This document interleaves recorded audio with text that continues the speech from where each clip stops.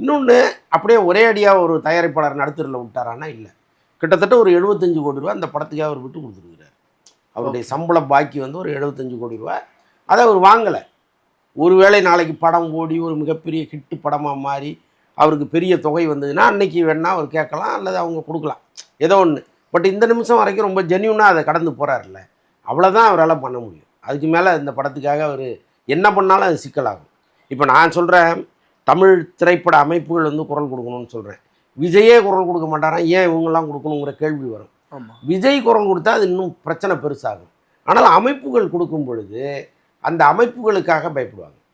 ஏன்னா நாளைக்கு வந்து ஒட்டு மொத்தமாக இப்போ அன்றைக்கி விஷால் பேசினார் பாருங்க, தமிழ் திரைப்பட தயாரிப்பாளர் சங்கத்தில் ஒரு 1500 பேர் இருந்தாங்கன்னா அந்த 1500 பேரும் சென்சார் போர்டு வாசலில் போய் உட்காருங்கன்னாரு.